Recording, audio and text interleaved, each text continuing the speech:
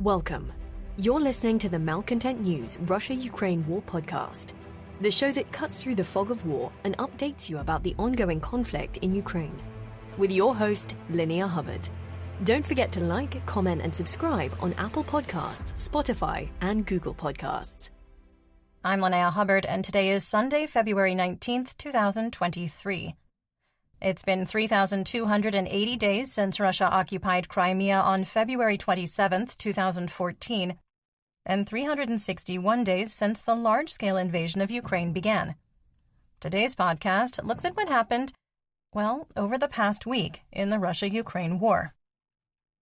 The Malcontent News Russia-Ukraine War Report is compiled by our team from around the world. Today's report includes information from direct contacts in Ukraine and their proxies, Russian Ministry of Defense reports, the General Staff of the Armed Forces of Ukraine reports, operational commands north, south, and east of Ukraine, open source intelligence, our in-house team of analysts and geolocation experts, and pro-Ukrainian and pro-Russian mill bloggers and social media accounts with a track record of trying to be accurate. We have one mission: to report the truth, because the truth matters.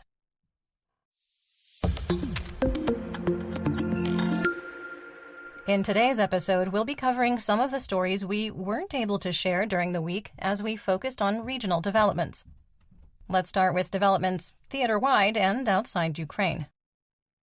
United Kingdom Prime Minister Rishi Sunak confirmed that the UK is sending, quote, long-range weapons to Ukraine, but did not specify which ones, how many, or when. There has been speculation for months that Ukraine would be supplied with Storm Shadow cruise missiles with a range of 400 kilometers. Sunak told the Munich Security Conference that his nation provided more military aid to Ukraine in February 2023 than in all of 2022. Retired United States General Ben Hodges said that if Ukraine had longer-range weapons, it could liberate Crimea by the summer and the Donbass by the end of 2023, saying, quote, "We are going to do everything possible for Ukraine to win this year. It is quite possible, at least, that Ukraine will liberate Crimea before the end of the summer." End quote. Former CIA Director David Petraeus told CNN that Ukrainian troops are learning to master NATO weapons systems remarkably fast. Quote, "Reports from Western colleagues boil down to the fact that Ukrainians instantly absorb everything. They finish on the first day at noon, and you are on the second, and they have to speed up training. And even when they return to the barracks after a very long training day, they read instructions. They want to get back into the fight and protect their families." End quote. General Christopher Cavoli, the U.S. Supreme Allied Commander Europe, supports sending the most modern Western weapons, including F-16 fighter jets and long-range missiles. In a Friday morning closed-door briefing with more than 10 Senate and House members, General Cavoli was asked if F-16 fighter jets would help Ukraine win the war against Russia. He responded, quote, "Yes." End quote. The general also argued that Ukraine needs more advanced weapons and equipment and believes the West should equip Ukraine to, quote, "reach further" into Russian positions within Ukraine's border. During a TV interview, the spokesman of the Eastern Group of the Armed Forces of the Ukrainian Armed Forces, Serhiy Cherevati, reported that Russian forces continue to deliver ammunition into eastern Ukraine, but it's becoming more difficult as Ukrainian forces are getting better at targeting convoys and identifying smaller warehouses. Speaking in Brussels, Chairman of the United States Joint Chiefs of Staff Mark Milley declared that Russia has already lost the war on a strategic, operational, and tactical level, saying, quote, "Putin thought he would quickly defeat Ukraine, split NATO, and go unpunished. He was wrong. Ukraine remains free and independent. NATO and its allies have become even stronger. Russia turned into a global pariah, and the whole world is inspired by the courage and resilience of Ukrainians." End quote. Secretary of the National Security and Defense Council, Alexei Danilov, said that Russia is conducting psychological operations to create fear about continuing mobilization in Ukraine. Danilov clarified that summons only requires men to report to the commissariat to register and update their personal information. He said, quote, "Will they all go to the front? No. Prepared ones will go to the front. those who will be equipped and trained." End quote. The first 14 French AMX-10 RC tank destroyers, which are armored scout vehicles or light tanks, arrived in Ukraine, and troops have been trained in their operation. The tank destroyers weigh 16 tons and don't have the armor to slug it out against a main battle tank, but they can provide direct and indirect fire support for reconnaissance in force and other military actions. Sweden confirms it will transfer 51 CV-90 IFVs, an undisclosed number of Archer self-propelled howitzers or SPGs, and additional anti-tank weapons. The CV-90 IFV is ideally suited for Ukrainian Rasputitsa, more commonly known as mud season. It's unclear if the armored vehicles will arrive by the end of March. Sweden has already shipped 6 tugs to Ukraine that can be turned into pontoon bridges supporting water crossings of up to 8 meters across. France has delivered 5th-generation Acheron MP anti-tank missile systems. The Acheron entered service in 2017, is meant to replace the Javelin, and is man-portable. It weighs 15 kilograms, can penetrate up to 1,000 millimeters of armor, is a fire-and-forget system, and has a range of up to 5 kilometers. The 1st Mechanized Infantry Battalion of Ukrainian troops to operate the Bradley Infantry Fighting Vehicle, or IFV, has completed training in Grafenwöhr, Germany. The 1st unit included 635 troops. The 2nd Combined Arms Battalion has already started training on the Bradley and the M109A6 Paladin 155mm self-propelled howitzer, with 710 troops in training. A 3rd Mechanized Infantry Battalion will start training on the Stryker Armored Fighting Vehicle, or AFV, next week, including 890 service members. The Netherlands, Germany, and Denmark have pledged to provide 100 Leopard 1 main battle tanks, or MBTs, with assistance from the United States, quote, "as soon as possible," end quote. German Chancellor Olaf Scholz called on international partners with Western-style battle tanks to send them to Ukraine during a speech at the Munich Security Conference, saying, quote, "Germany will do everything in its power to make these decisions easier for partners. For example, by training Ukrainian soldiers to drive tanks here in Germany, or by providing support in terms of supplies and logistics." End quote. German trainers teaching Ukrainians how to use the Patriot missile system say it's going faster than expected because the troops are, quote, "very motivated and often already have experience in this field," end quote. Almost a year ago, it was estimated it would take Ukrainian troops a year to learn how to operate the Patriot effectively, with training now expected to take 4 to 6 months. Greece reports they delivered the first 20 BMP-1 IFVs with ammunition to Ukraine. Although the BMP-1 is an infantry fighting vehicle, the 73mm 2A28 Grom smoothbore main gun is ineffective against modern armored vehicles. They will, however, be more effective than the American M113 Armored Personnel Carriers, or APCs, which Ukraine has been forced to press into frontline duty.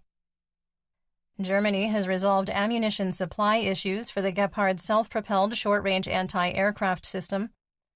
Pistorius said there is enough stock to support Ukraine through the summer, and German arms maker Rheinmetall was restarting 35mm ammunition production.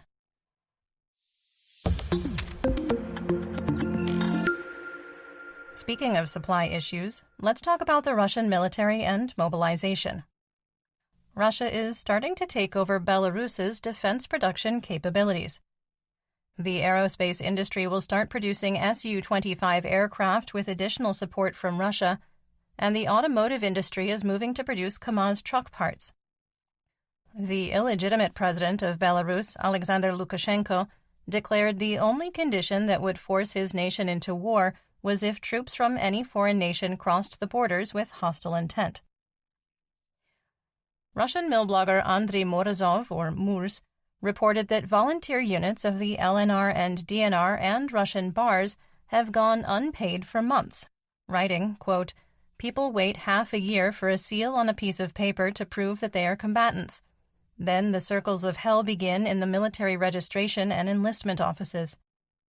The most egregious case that I know of is a person who was mobilized on September 22, 2022, and on September 26 he was already in Svatava. We talked with him at the end of January, and at that time he has not received a penny from the military office. On the card, he only received the salary from his previous place of work. In November, he was injured, but they, the Russian Ministry of Defense, refused to pay compensation, citing they consider the injury not severe enough. I personally know dozens of such stories." End quote. There have been widespread reports of volunteer units of the DNR and LNR going unpaid and denied veterans benefits since June 2022. The Kremlin has repeatedly said they would fix these issues as recently as December. 107 Mobics from the Omsk Federal District, previously assigned to Military Unit 83444 of the 504th Tank Regiment, were told after arriving in Ukraine that there were no available artillery pieces and they would be transferred to the DNR 1st Army Corps as so-called shock troops. That means infantry. They claimed their new DNR commanders demanded money and fuel from them, and if they didn't comply, they would send them to the front line without training. Like the 4 other units we reported on, their military IDs were confiscated, they were given no orders or new contracts, and they were issued unsigned documents with a stamp from the DNR. They are requesting to be transferred back to the Russian military. The governor of Omsk Federal District, Roman Burko, said that he had written a formal appeal to the prosecutor's office in Moscow on behalf of the unit. Military Unit 46102 of the 57th Separate Motorized Infantry Brigade, 5th Combined Arms Army Eastern District, claimed they were sent to Bakhmut, and PMC Wagner took unit members as prisoners and stole their ammunition. When the unit members resisted, Wagner mercenaries shot into the air and told them to leave. At least one service member who was taken hostage has been missing for a month and is feared dead. The event became known after unit members made online appeals for the prosecutor's office to be contacted and family members trying to find their missing loved ones. A video on February 16th showed the same PMC Wagner artillery unit that used racial and homophobic slurs directed at Russian Minister of Defense Sergei Shoigu now begging for ammunition after their supply was discontinued. In the video, they appealed for 152mm shells for the World War II-era D-1 howitzer, 125mm tank rounds, 120mm mortars, 100mm mortars, and anti-tank weapons, claiming they and other units were completely out. Prigozhin confirmed the video was authentic and reported he was able to secure 128 120mm mortar shells and 40 125mm tank rounds from Chechen General Apti Aranovich in exchange for a Wagner sledgehammer. Wait, is that a euphemism? Is that a euphemism? Or if he literally, gave him a sledgehammer in trade. I feel like both of those options are possible, but lacking any news stories about Aranovich getting brutally murdered, I think we should probably say that he just handed him a sledgehammer.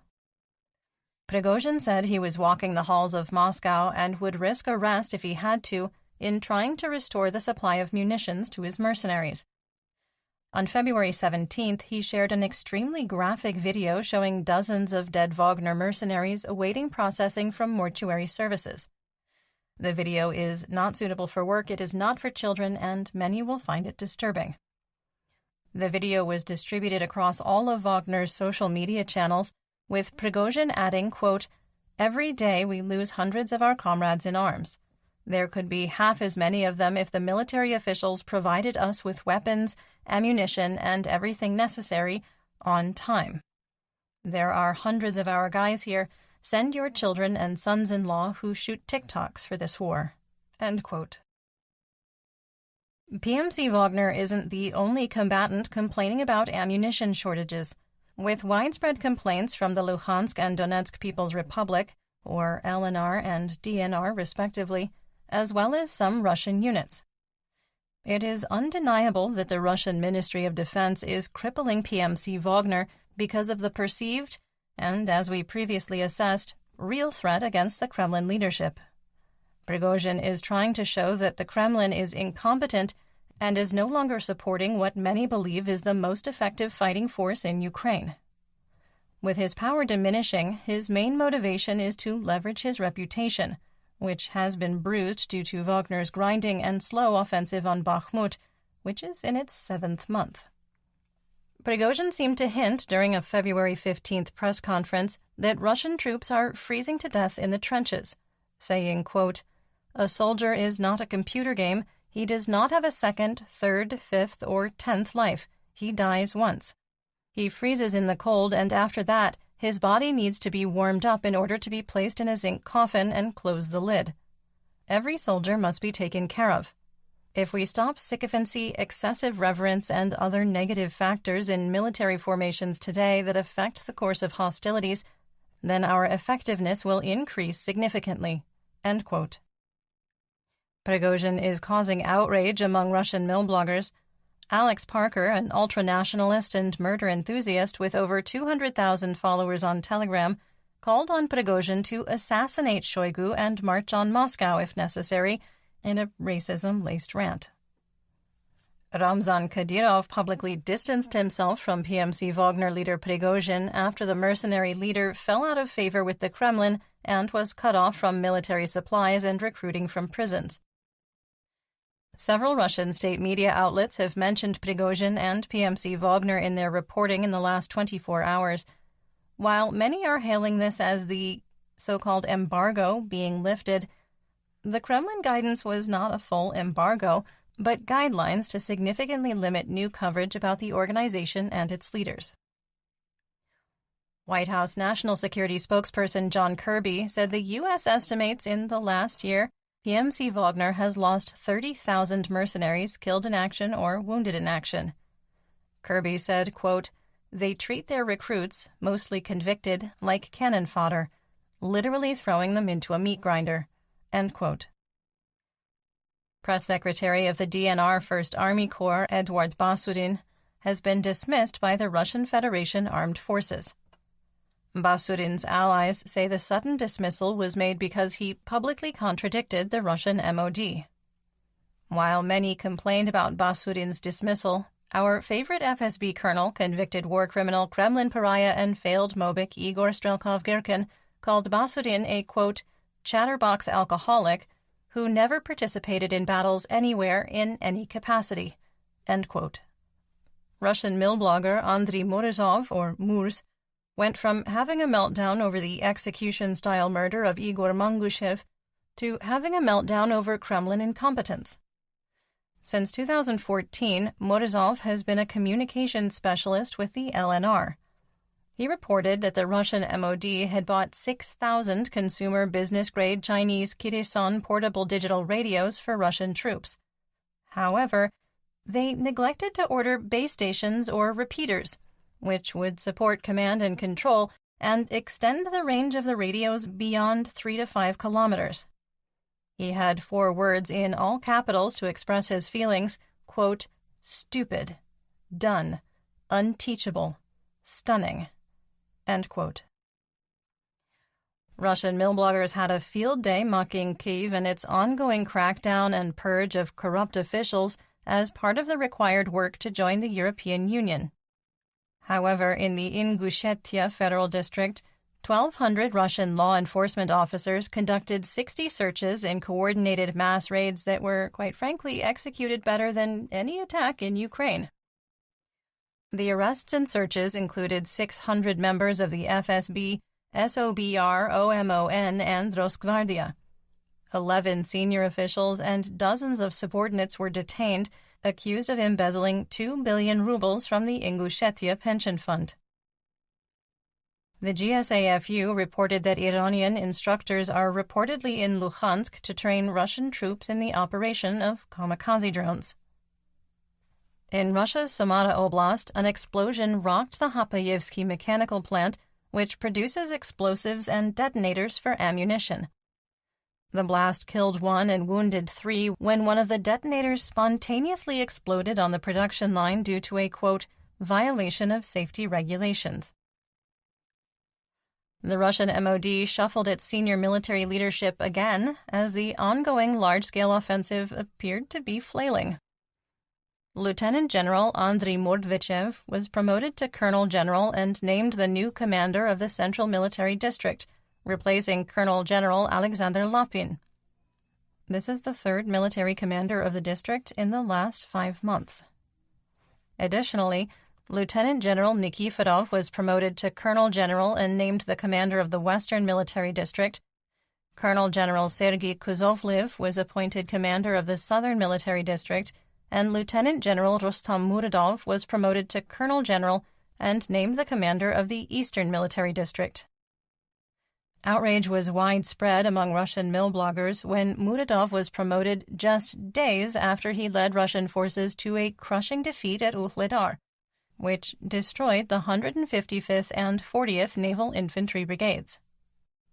The day before Nikiforov was named the commander of the Western Military District, Marina Yankina, the head of the financial department of the Ministry of Defense of the Russian Federation for the Western Military District, fell out of a window and plunged 16 stories to her death. Russian propagandist Alexander Sladkov reported that the Russian MOD is purging the 1st and 2nd Army Corps officers who are from the Donbass, claiming they lack formal military education, are over age, or suffer from health issues. Frustration is growing among the mobilized LNR and DNR troops because they're being replaced by Russian commanders who have no practical war experience and treat the soldiers as disposable commodities. Sladkov wrote, quote, "The officer corps of the LDNR is the real guard of Vladimir Putin. These people proved their loyalty to the president and Russia itself, shedding blood not for 5 or 6, but for 9 years. I privately can name a dozen more such combat commanders who have already been relieved from the army of Donbass. To throw them away, especially in such a bloody time, is a crime." End quote. Russian, or is it DNR? 1st Army Corps 11th Brigade Commander Alexander Khodorkovsky appears to have lost faith in the ongoing Russian offensive and believes the time has come to negotiate, saying, quote, "I do not believe that we will be able to occupy the entire territory of Ukraine and, most importantly, keep its disloyal population under control without resorting to constant violence. If we dare to swallow Ukraine whole, we risk getting a lump in the throat. With the current state of affairs, we must create for ourselves the final advantages from the position of which we will negotiate." End quote. Mobics training near the Ukrainian border in the Bryansk Federal District decided to take a shortcut and drove a KAMAZ military truck into a Russian minefield. The truck was destroyed, and all 4 occupants were hospitalized, with 1 in critical condition. There was another report of fratricide in Mariupol, with Kadyrovites fighting amongst themselves, ending in an exchange of gunfire in the city center. Insurgents report at least 2 were wounded in the incident. In Simferopol, blood banks are appealing for blood collection from civilians and requesting blood supplies from other parts of Crimea, with hospitals overwhelmed with badly wounded Russian troops. All is going to plan.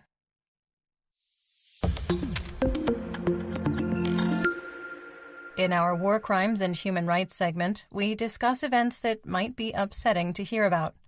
There is no graphic detail in today's report, but if you are sensitive to descriptions of human rights abuses, please feel free to skip ahead to the next segment. Timestamps are in the description. In Mariupol, Russian forces are purging all books in Ukrainian or that cover Ukrainian history or culture from the Priazovsky State University, throwing them out of windows onto the street. The erasure of culture and educational institutions is considered an act of genocide. In Mykolaiv, a mass grave with 27 civilian bodies was discovered in Snikhurivka. An investigation into the cause of their deaths is ongoing. Ukraine and Russia completed another prisoner of war exchange. An even exchange of 100 soldiers and 1 civilian was made between the combatants. Among those released to Ukraine was the deputy mayor of Enerhodar, Ivan Semoyedyuk, who spent 333 days in captivity. The released soldiers included 94 Mariupol defenders, including 63 from Azovstal, who surrendered as part of a botched agreement made by the International Committee of the Red Cross on May 12th. On the Russian side, Mykola Zirka, senior priest of the Holy Kazan parish of the Horlivka Diocese of the Ukrainian Orthodox Church of the Moscow Patriarchate in the village of Yarova in Donetsk Oblast, was handed over after a direct request by Moscow. Zirka was convicted on February 16th of collaboration when Yarova was occupied. He had been sentenced to 7 years in prison. In early February, we reported that Peter Reed, a 33-year-old medic from New Jersey who was a volunteer medic doing civilian evacuations in Bakhmut, was killed instantly when a Russian artillery shell hit a marked ambulance he was driving. More information about Reed's death has come to light. Reed was driving with a medical convoy, including marked vehicles, when they stopped to help a wounded civilian on the side of the road. A group of 6 aid workers was tending to the wounded person when a Russian anti-tank missile was intentionally fired at a white van. The anti-tank missile hit the van, killing Reed and the other aid workers. The rear of the white van was completely covered in road dirt, while other vehicles had clear red crosses on them.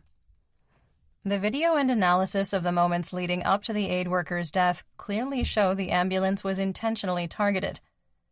Proving that it was a war crime, however, will be harder.